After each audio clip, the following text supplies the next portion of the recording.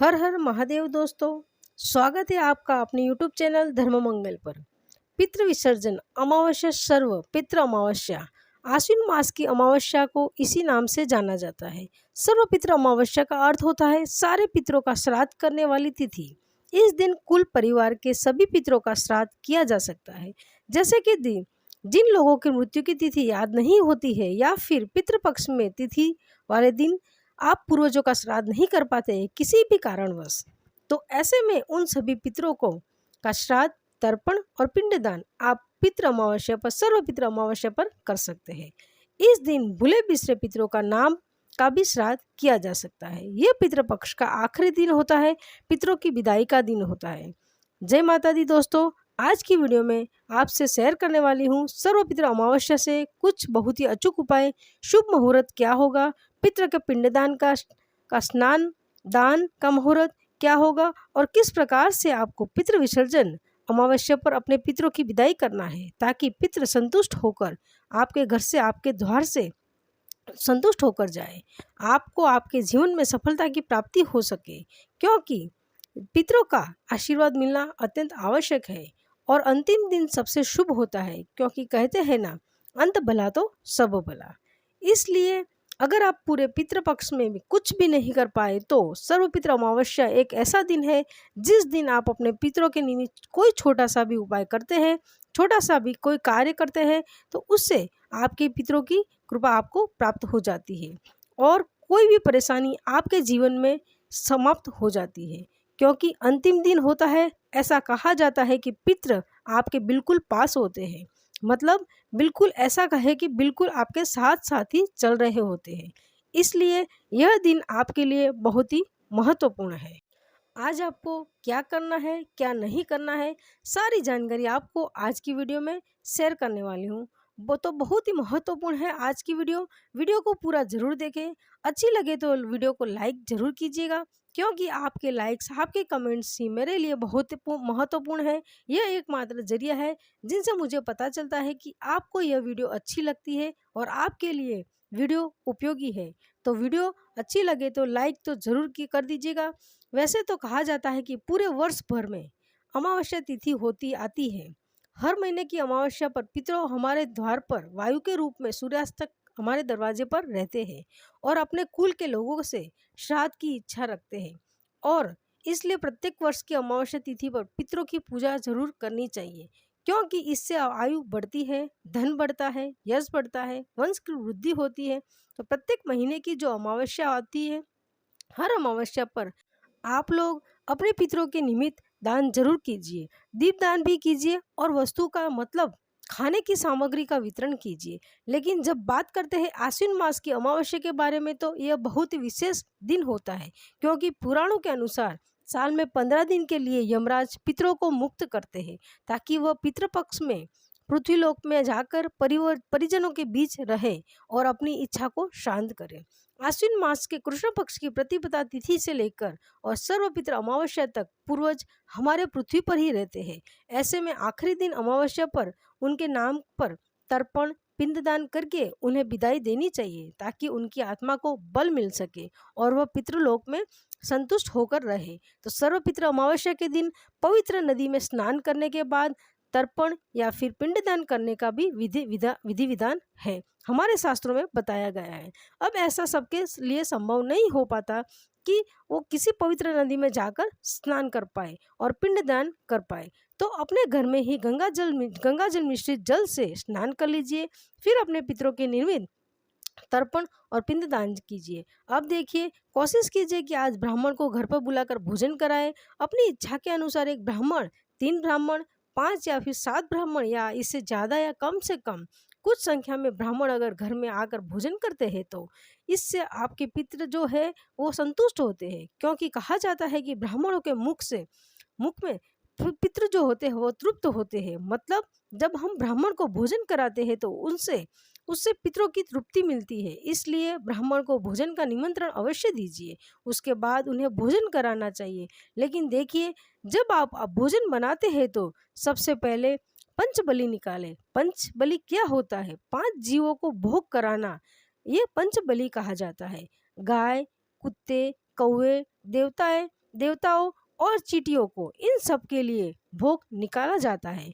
भोजन में से कुछ सामग्री निकाली जाती है और फिर उसके बाद में ब्राह्मण को विधि पूर्वक भोजन कराया जाता है। सर्वपित्र अमावस्या के भोजन में जरूरी होता है बनाना खीर और पूरी का। इसके अलावा आप अपने पितरों की इच्छा के अनुसार, मतलब जो उनको पसंद हो वो चीज़ें भी आप बना सकते हो। और फिर ब्राह्मण को भोजन कराने के बाद अपनी सामर्थ्य के अनुसार दान दक्षिणा देकर और फिर उन्हें श्रद्धापूर्वक विदा करना चाहिए। जैसे कि आज शनिवार भी है, सर्वपित्र अमावस्या भी है, तो एक श्रेष्ठ संयोग भी है। आप आज के दिन पीपल की पूजा जरूर करें। पीपल में आपको मीठा जल अर्पित करना है जिसमें काले तिल जरूर होने चाहिए, और वहीं पर आपको अपने पितरों का ध्यान करते हुए सरसों के तेल का या फिर तिल के तेल का या फिर चाहे तो शुद्ध घी का दीपक प्रज्वलित कीजिए और अपने दोनों हाथ जोड़कर अपने सभी ज्ञात अज्ञात पितरों को मन में ध्यान कीजिए और प्रार्थना कीजिए कि जाने अनजाने में मुझसे कोई भूल चूक हुई हो, पितृपक्ष के दौरान या मेरे परिवार से कोई भूल चूक हुई हो, या फिर पहले भी कभी भी किसी भी प्रकार की अपने पितरों के लिए मुझसे कोई भूल हो गई हो तो मुझे क्षमा करना, मुझ पर कृपा करें, मेरी परेशानियों को दूर करें। और हाँ, इसी समय आप अपने पितरों का ध्यान करके अपने मन की कोई विशेष कामना हो तो उसे प्रार्थना कर सकते हैं। और ही कि हे पितृ देवता, आप मेरी गलतियों को क्षमा कर मेरी मनोकामना को पूर्ण करें, मुझ पर प्रसन्न हो, मुझ पर कृपा करें। और हे पितृ देवता, अपनी सामर्थ्य, अपने ज्ञान, अपनी बुद्धि के अनुसार जो भी मैंने आपकी पूजा आप लोगों की है पितृपक्ष के दौरान, उसे स्वीकार करके मुझ पर संतुष्ट होइए, मुझ पर कृपा कीजिए। मेरे घर में आने वाली सभी परेशानियों को दूर करके हर संकट से हमारी रक्षा कीजिए।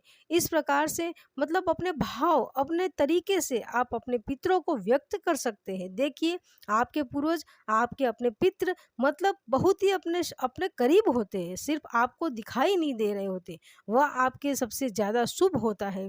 इसीलिए आप अपने अनुसार उनसे प्रार्थना कर सकते हैं, अपनी परेशानियां कह सकते हैं। और है, जब आप पीपल की पूजा कर रहे होते हैं तो वहाँ पर जब आप जल अर्पित करने जा रहे हो तो वहीं पर पितरों के लिए भोजन भी लेकर जाइए। जैसे कि जो भी शुद्ध और सात्विक भोजन आपके घर में बना है उससे एक पत्तल पर रख लीजिए। अगर कुछ भी अभी नहीं बन पाया है, जब आप पीपल की पूजा करने जा रहे हैं उस समय भोजन नहीं बन पाया है, तो ऐसे में पीपल के पत्ते पर आप चाहे तो 2 बतासे रख दीजिए या फिर कोई मिठाई रख दीजिए, या शक्कर या गुड़ भी आप रख सकते हैं। जो भी आपके पास उपलब्ध हो मीठी चीज़, कुछ भी आप अपने पितरों के लिए अर्पित कीजिए और फिर आप अपने हाथ जोड़कर प्रार्थना कीजिए। आज के दिन आपको गरीबों को, ज़रूरतमंदों को जो ज़रूरत भोजन देना चाहिए, मतलब कोई ऐसा व्यक्ति कि जो भूखा हो और ज़रूरतमंद गरीब हो, ऐसे लोगों को भोजन कराते हैं। अगर आप तो इससे भी आपके पितरों की आत्मा को तृप्ति मिलती है, संतुष्टि मिलती है। और फिर शाम के समय अपने घर के मुख्य द्वार पर अपने पितरों के निमित्त दीपदान ही कीजिए। चाहे तो तिल के तेल का कीजिए या फिर सरसों के तेल का, या फिर आप चाहे तो आपके पास जो भी उपलब्ध हो घी का भी आप कर सकते हैं। आज पूरे दिन अपने पितरों से क्षमा प्रार्थना जरूर करते रहिए। और बात करें उपाय के बारे में, अगर आपका जीवन बहुत सारी परेशानियों के बीच बीत रहा है, जैसे कि अगर आप बहुत कष्ट में, कोई भी काम आपका बन नहीं पा रहा है, नौकरी में, व्यवसाय में परेशानी आ रही है, संतान की प्राप्ति में परेशानी आ रही है, फिर बच्चे हैं लेकिन बच्चे कुसंगति में पड़ गए हैं जिसकी वजह से आप परेशान रहते हैं, या फिर आप आर्थिक तंगी से बहुत अधिक परेशान रहते हैं। मान लीजिए कि आपकी नौकरी में, व्यापार में घाटा बहुत अधिक हो रहा है, या फिर घर में कलेश कलह बहुत अधिक रहता है, किसी के की कड़ाई का असर आपके ऊपर है, मतलब किसी भी प्रकार की नकारात्मक ऊर्जा का प्रभाव हो, या कोई भी वजह से जिसकी वजह से आप मानसिक रूप से, शारीरिक रूप से और आर्थिक रूप से परेशान हैं, तो आज आपको एक उपाय करना है। सर्वपितृ अमावस्या पितरों का दिन है, शनिवार का दिन है, तो ये अत्यंत ही श्रेष्ठ और शुभ संयोग है। इस उपाय को करने के लिए आपको क्या करना है, आपको एक नींबू लेना है। सुबह ही एक नींबू ले लीजिए, अपने पूरे घर में घुमाकर अपने घर में, मंदिर में रख दीजिए। देखिए, अपने हाथ में आपको नींबू लेना है। अपने घर के हर कमरे में, छत, बालकनी जो भी आपका आपका स्थान है, उस स्थान पर आपके घर में जितने भी कमरे हैं सब जगह घुमाने के बाद में सबसे अंत में लाकर आपको घर के मंदिर में एक जगह पर नींबू को रख देना है। फिर शाम के समय दिन भर पड़ा रहने दीजिए और शाम के समय जब संध्या काल का समय हो, जब सूर्यास्त का समय होता है, उस समय पर आपको ये उपाय करना है। उस नींबू को अपने सिर पर से 7 बार, मतलब कि 7 बार सिर से घुमा लेना है एंटी क्लॉकवाइज। अब उस नींबू के 4 टुकड़े कर लीजिए, घर से ही 4 टुकड़े करके उसके लेके जाना है, एक चौराहे पे लेके जाना है और चौराहे पर जाकर आप एक जगह खड़े हो जाइए। फिर चारों दिशा में अपने चारों तरफ आपको नींबू को फेंक देना है और फिर उसके बाद आप अपने घर चले आइए। पलटकर आपको पीछे नहीं देखना है। घर पर आकर हाथ पैर मुंह धो लीजिए। इसके बाद में आप समझ लीजिए कि आपके सिर से जो भी बनाई नेगेटिविटी थी आपके घर से, आपके परिवार से, सब बाहर निकल गई। आज के बाद आपके जीवन में हर प्रकार की सकारात्मक ऊर्जा का संचार रहेगा। पहले आप मन में सकारात्मक विचार रखें, फिर जीवन में अपने आप सब हो जाता है। अब ये उपाय कौन कर सकता है? देखिए, उपाय घर का मुखिया करे तो ज़्यादा अच्छा रहेगा। मुखिया मतलब जिसकी कमाई से आपका घर चलता है, क्योंकि अगर घर के मुखिया ये उपाय करते हैं तो परिवार के सभी सदस्यों के ऊपर से किसी भी प्रकार की नकारात्मक ऊर्जा का प्रभाव समाप्त हो जाता है और पूरा परिवार सुखी रहता है। मान लीजिए कि घर का मुखिया किसी कारणवश नहीं कर पाता, तो ऐसे में उनके बाद जो बड़ा होता है वो कर सकते हैं। मतलब छोटे बच्चे ये उपाय नहीं करेंगे, इस उपाय को मतलब समझते हैं वही ये उपाय करेंगे। ये उपाय शाम को संध्या काल के में सूर्यास्त के समय ही करना है, लेकिन नींबू आपको सुबह ही लेकर रख देना है। पितृ विसर्जन अमावस्या के बाद अगले ही दिन से नवरात्रि प्रारंभ हो जाती है। तो नवरात्रि है, इसलिए आप लोग सर्वपितृ अमावस्या के दिन घर की साफ सफाई अच्छे से कर लीजिए। मतलब जब आप पितृ पक्ष के जो नियम है वो कर लेते हैं, पितृ विसर्जन, पितरों की विदाई कर देते हैं, ब्राह्मण भोज वगैरह कर लेते हैं, उसके बाद में अपने घर की साफ सफाई कीजिए। घर के ईशान कोण की साफ सफाई कीजिए, घर में मंदिर की साफ सफाई जरूर कीजिए।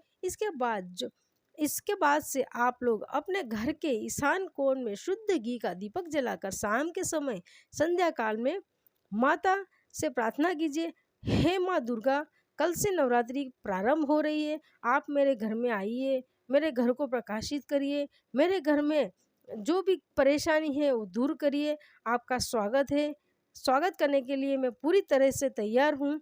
मात्र आप मेरे घर में विराजित हो। तो आज आपको यदि सर्वपितृ अमावस्या की शाम को संध्या काल में ही माता को निमंत्रण दे देना है, फिर अगले दिन से हम पूजा करेंगे। लेकिन आज शाम के समय अपने घर के ईशान कोण में यह भाव रखते हुए दीप प्रज्वलित करें कि आज संध्या काल से मेरी माँ मेरे घर में आगमन हो चुकी है। हम पूरा परिवार मिलकर आपके स्वागत के लिए तैयार हैं। इस प्रकार से मन में भाव कीजिए और अगले दिन से माँ के आगमन की तैयारी प्रारंभ कीजिए। नवरात्रि का प्रारंभ है। 9 दिन में माँ के पूरे श्रद्धा भाव से उनकी आराधना करें, पूजा करें, मंत्रों का जाप करें, यथासंभव माँ की सेवा करें, उनकी आराधना करें। निश्चित ही पितरों का आशीर्वाद आपको प्राप्त हो गया, माता रानी की कृपा आपको प्राप्त हो जाएगी। फिर मन की कोई भी बात, कोई भी काम हो, जीवन की कोई भी परेशानी हो, बहुत ही शीघ्र समाप्त हो जाती है जब माँ की कृपा हमें प्राप्त हो जाती है। और हाँ, नवरात्रि से जुड़ी हुई सारी वीडियो आपको मिलेगी। प्रतिदिन पूजा विधि की वीडियो भी आपको हर रोज मिलेगी।